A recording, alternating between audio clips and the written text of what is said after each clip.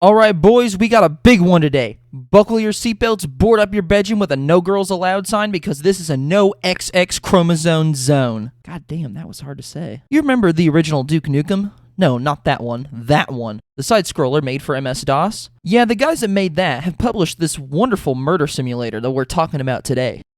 Robo-Hell is the newest retro/boomer/movement shooty game to get a full release, and boy howdy, is it good. I haven't been this enamored by a game in such a long time. This is just...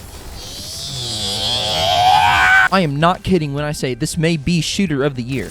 But what makes this better than something like, say, OVERKILL? Well, in OVERKILL specifically, there's a very specific way you have to play it. Enemies will have predetermined weaknesses and anything else is suboptimal. Robo-Hell says, fuck that, and gives you a ton of options to just go kill shit. Sure, some enemies are a little weaker to some weapons, but if you don't use that method to kill them, it really doesn't make that much of a difference. I'm getting too far ahead of myself. Let's slow it down for a moment. Now, as much as I'd like to do this all in one video, I can't. This is because the last part of episode 3 isn't out yet at the writing of the script. So, instead, I'm going to split this into 3 videos and make a mini-series out of it. Each one will cover one episode of the game and all the content introduced within that episode. And I should mention that the playthrough I'm recording for this video series is going to be on the Serve Me Pain difficulty, so just know, I ain't no bitch. With that, let's get into it with...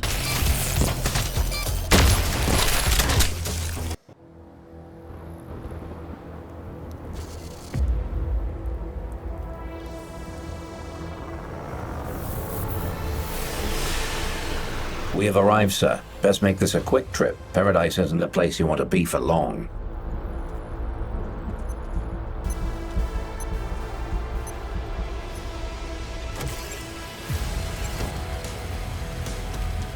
The Sin virus is rapidly spreading its tendrils across the city. Your mission, burn it out. Purge it at absolutely any cost. Good hunting, sir.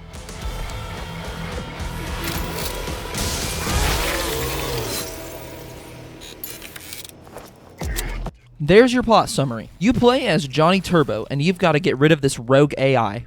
Go kill shit. This first level acts as a perfect introduction to the game. It throws 3 basic goons at you and lets you practice your jumping before showing you, hey, your slide is a melee attack. I actually don't mind these tutorial pop-ups. They're very clean, to the point, and with one click, they're gone. After that, you're introduced to the Magnum's alt-fire, which is a smart aim mode, allowing 5 targets to be locked onto, and subsequently shot in the head. Very good option to fall back on. Next room introduces the explosive barrel, though not with any words. It's just kind of there and, ooh, a tech chip! All throughout this game, you can find hidden tech chips, and if all 3 are collected, you'll get a special secret augment. What's an augment? We're not there yet. Anyway, press a button, open a door, and oh, baby, chainsaw slide. And what better place to use it than a skating arena? You're also introduced to the Goobers, as I like to call them, which are even weaker than the goons from earlier, though they both just need to be slid into to be killed.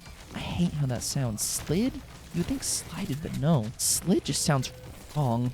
After a few rounds of killing people, trademark, you walk into this room and holy shit, giant floating eyeball! It's Sin, the AI you gotta destroy. This bitch thinks she omniscient. While she's monologuing, you can just go on ahead through the rest of the level and meet new enemy, Shotgun Plasma Dude. These are the first enemy that pose any challenge, mainly because they shoot 3 plasma balls in a very wide arc, but they're still very easy to deal with in the long run. Just slide through them or hit them with a couple shotgun blasts. Holy shit, I forgot to mention the shotgun! You get it in the skating arena and yeah, it's a shotgun alright. Do some light platforming, la-di-da, boom, exit button. Overall, this is a perfect introductory level. It shows just what kind of environment we're in and gets you introduced to some of the basic mechanics without feeling like a waste of time. Immediately upon entering the second level, you're shown a gun shop. These give you upgrades to your guns that change how they work, most often adding an alt-fire, all for the cost of money. You get money from killing enemies, so genocide is further encouraged. This first gun shop gives a free upgrade to your shotgun, adding a pump function to generate an explosion. This isn't just any explosive shot, though. If you shoot this at an enemy, it can electrocute them. While they are in this state, they are stunned and will take double damage from any source. When you walk through this door, you... Johnny, hey! Where's the fire and brimstone, man? We need that virus purged now! Terratech stocks are in free fall! We can't pay you if we're broke! Hey, I was talking. Bitch. After getting yelled at, you go through a couple areas, shooting some goons, some goobers, you know, the standard shit, and then you get the Uzis. These can be viewed as an upgrade to the Magnums, but don't have the utility of the smart aim. Also, I need to correct something I said in the tier list video. In that, I said that the Magnums and Uzis use the same bullets. They, in fact, do not. Whoops. I will also mention this level introduces augments and gene splicer stations. We'll talk more about them later. I want to keep the focus on the levels for the moment. But one more thing.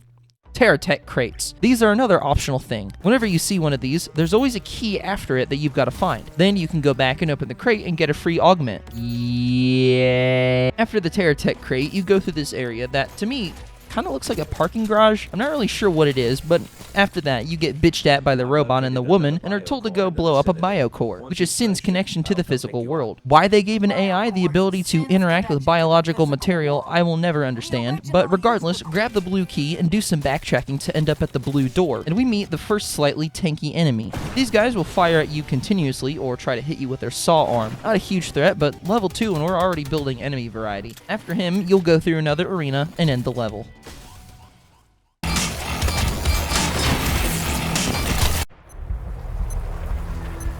This box will be important later, trust me. Third level, Battle Alley, we learned the most important mechanic.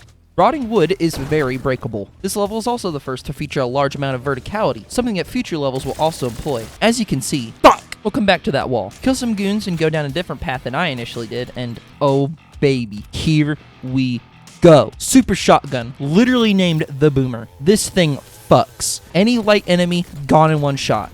Big enemies won't immediately die, but they do take big damage. Oh, what's this? 2 minutes later, you get the magnetic boots, allowing you to run on specific walls. Like many things in this game, through black magic sorcery, it just works. After that, fuck! First death while this bitch is yelling at me again, and for some reason, the enemies didn't respawn. Now we go into this subway, and let's just take a moment to appreciate this music.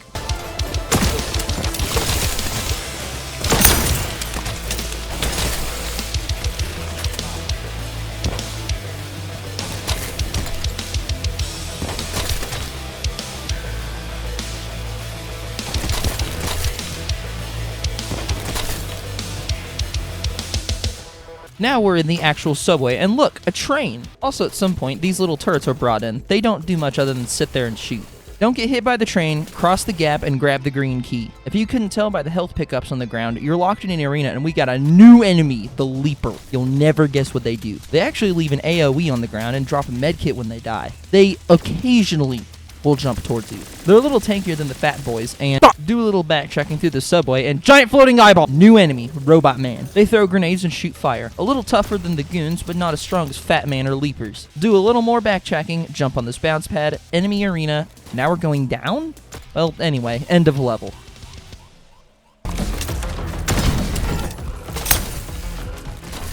Guys, look, it's the woman from the Gosling movie. Bruh. Penis. Almost immediately upon starting the level, you get the minigun, and look, some goons to test it on. Small detail, this little happy face on the gun will change based on how much ammo you have. Now, here's the first problem I have, though it is a minor one, and it is one that many other games of this type face. The minigun uses the same ammo as the Uzis, but does more damage. This undervalues Uzis, because in every situation where I could use them, I would rather use the minigun. Putting that aside for later, this level has some of my favorite environments out of the first episode. We get this small street market area, a club of some sort, and the outside of a bank. Individually, they're not very big, but when put together, they make a very atmospheric level. During this level, I also got the upgrade for the super shotgun, which adds a grenade launcher to it. This gun is now your best friend. You can deal with single targets with the normal fire and small groups of enemies with the alt fire. So now we're inside this building, and I have to say, it looks rather nice for being in this kind of city. While inside, we get one of the game's favorite things, which is spawning a shit ton of these goobers in a line so you can slide through them. I'm not complaining, I actually like these. They're very satisfying. A couple of really nice looking rooftop arenas later, and we get introduced to the drone enemies. These little guys can only be killed if the brain on top is destroyed. The best course of action is to get above them and shoot the brain with a super shotgun, but you can use any gun you want. So you go through an arena that introduces the drones and go to shut off the lockdown on the bank. But apparently, Sin has got its shit tendrils plugging everything up. So now we've got to go fix that problem. While Sam is telling you this, you get what is my favorite weapon, the micro missiles. These aren't like the wimpy micro missiles from Doom 2016. No, these are micro missiles. They do huge damage to whatever they're fired at. And look, you flip them off when you're done. And in the first arena you use them in, the game also introduces another new enemy, the Sloth. These are the first really annoying enemies. They're big, really tanky, and fire both bullets and rockets. There's a kind of weird mechanic with them where they can be killed by the micro missiles instantly, but only if the Sloth alone is targeted. Kind of weird, it feels almost like a wasted use of the micro missiles, but I suppose it balances it out. Backtrack through the room, and what the fuck is this? Yeah, I don't get this room. It's just kind of here, but it is cool. I don't think I've said this enough, but Turbo Overkill really nails the level design. It might not be the most realistic looking place, but it sure does look cool. Actually, this room goes to the first sin tether, so shoot that, then do a little bit of backtracking through the street market, and go to this building with the cinema sign. There's some enemies in the lobby, and the second tether is in this movie theater. Kinda wish there was something playing on the screen, but it doesn't detract from the cool factor. Break the tether, backtrack, and wait a minute! This is where I got the upgrade for the minigun, which adds a flamethrower. That's 2 gun upgrades in a row that just add another gun onto one you already have. One last arena, this one's a little tougher than previous ones just because of how many enemies there are crammed into this skinny hallway. Deal with the goon squad and end the level.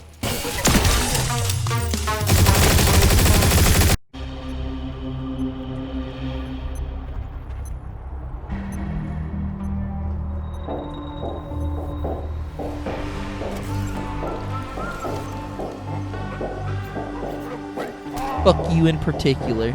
I'm not sure what area this level is supposed to be. I thought it was the inside of the bank, but then I rewatched the cutscene and Johnny just goes into this unspecified hatch. So I'll just assume we're in some rich person's house or something like that. This is the first level to take place pretty much entirely inside a building, and I really like it. Very clean, very organized, and very full of goons to kill. We also get introduced to my least favorite enemy in the game, the Split. These fuckers are the bane of my existence. They're tanky and spam 2 or 3 different kinds of projectiles. Most often these ones, it's like a ball with a cross of beams on it. Ooh, they make me mad. After they are introduced, it's just a bunch of rooms with enemies until the red key, then some backtracking, and yet another new enemy is introduced. These scorpion-looking creatures are honestly not that bad, especially considering they're a heavy class enemy, which are usually a pain in the ass to deal with. This guy mainly shoots a laser and splits when you kill his robot body. Aquarium time! You press a button in here and... Whoa.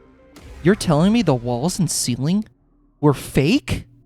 Typical rich people shenanigans. The rest of the level is mostly more of the same, traveling through some industrial tunnels, fighting some arenas, until this room where Sin starts monologuing again, and then one last arena at the end.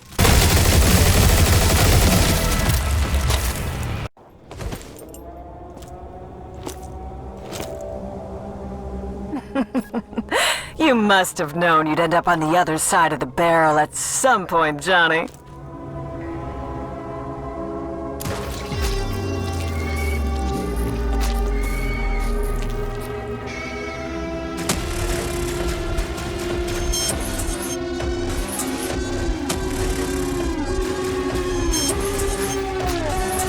Oh, pucker up and kiss this for me, Johnny!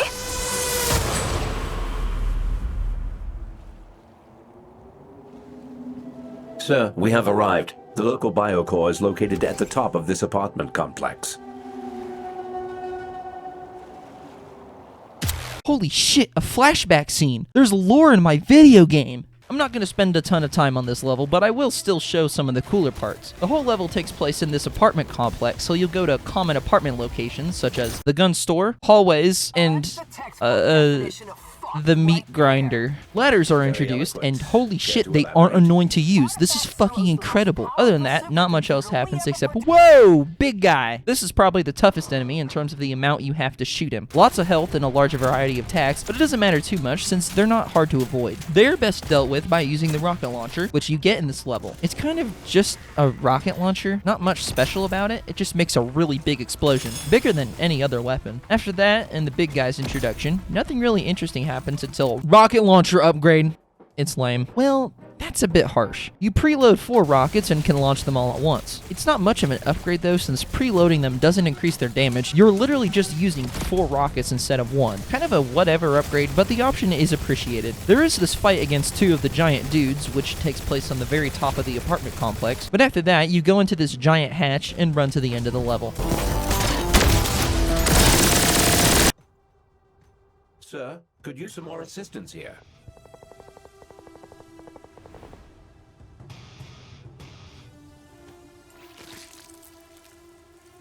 No way. Is he doing... No. No!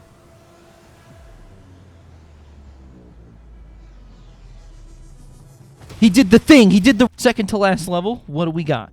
Well, we start with a short platforming segment, which is pretty fun because the movement in this game is simply wonderful. After that, we get a few sections where we're on top of these giant skyscrapers fighting goons all along the way. Eventually, we get here where we find a car summon station. Yes, this game lets you use the car, and it is badass. You get standard bullets that are infinite and rockets that are on a cooldown. You'll spend a lot of this level in the car, which is fine because it's really fucking fun. Go through some doors, kill some goons, shoot some chains, yada yada, until the final segment, where there are 3 buildings you've got to go through to destroy more sin eyeball bullshit. That's about it. Next level. We're approaching Artifact Zero. It is moving with rapid speed.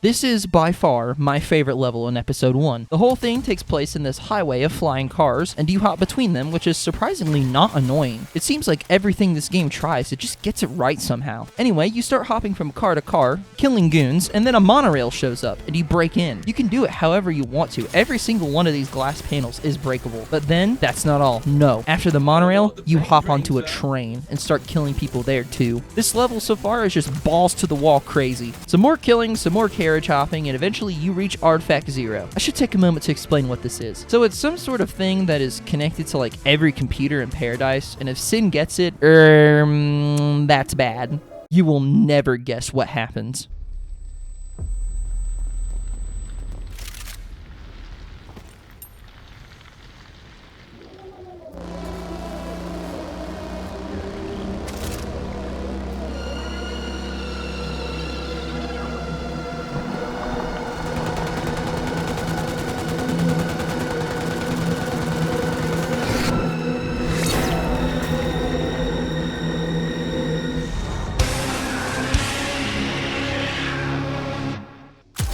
Boss time, baby. So Sin inevitably gets to the artifact and makes this weird meat thing, and yeah, I died a couple times, but anyway, this boss is really fun. All you gotta do is shoot these eyes while avoiding attacks like eye lasers, walls of damage, and a near insta-kill AoE. Honestly, it sounds worse than it is. This is a really good boss.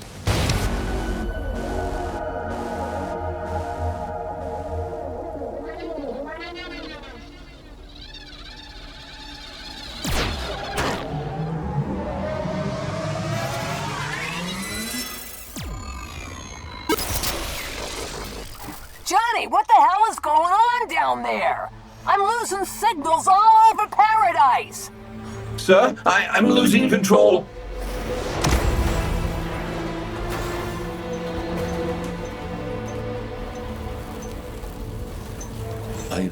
I'm afraid, Johnny. I didn't know an AI could be.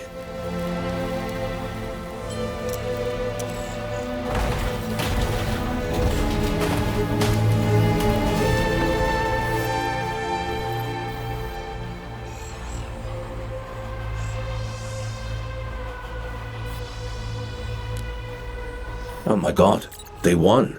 Sin's controlled Paradise.